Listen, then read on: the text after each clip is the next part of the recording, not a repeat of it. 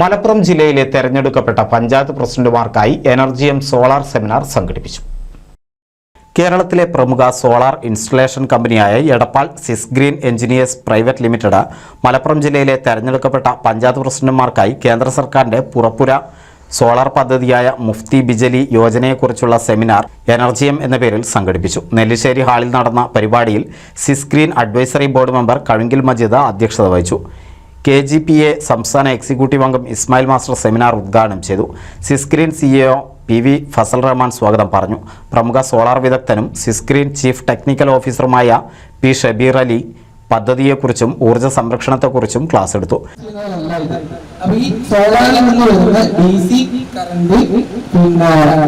ഇത് പ്രൊട്ടക്ഷൻ ആണ്. ഡിസിനെ AC ആക്കി കൺവേർട്ട് ചെയ്യാമെന്ന് മാത്രമാണ് ഈ ഇൻവെർട്ടറിന്റെ ജോലി.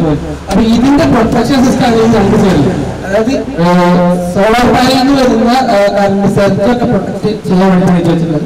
അതുപോലെ KCB സൈഡിൽ വരുന്ന വോൾട്ടേജ് ചാർജ് അതുപോലെ ഇതിന് ബാധിക്കാതിരിക്കാൻ വേണ്ടിയിട്ടാണ് ഇത് രണ്ടും നമ്മുടെ വീട്ടിലോട്ട് പോവുക. നേരെ ഗ്രിഡ് വഴി, ഗ്രിഡ് ട്രാൻസ്ഫോമറിനാണ് നമുക്ക് ഗ്രിഡ് വരാം. KCBന്റെ ലൈനിലോട്ട് കൊടുക്കും. അതാണ് അതിന്റെ സിസ്റ്റം. ഇത് സോളാർ ഉള്ളത് കാണുമ്പോൾ പിന്നെ നോർമൽ മീറ്റർ ആണെന്ന് പറയും, പക്ഷെ അത് നെറ്റ് മീറ്റർ ആണ്, ബൈഡയറക്ഷണൽ മീറ്റർ എന്ന് പറയും. അതായത് സോളാർ പ്ലാന്റിന്റെ മോഡൽ അവതരണവും ഉണ്ടായിരുന്നു.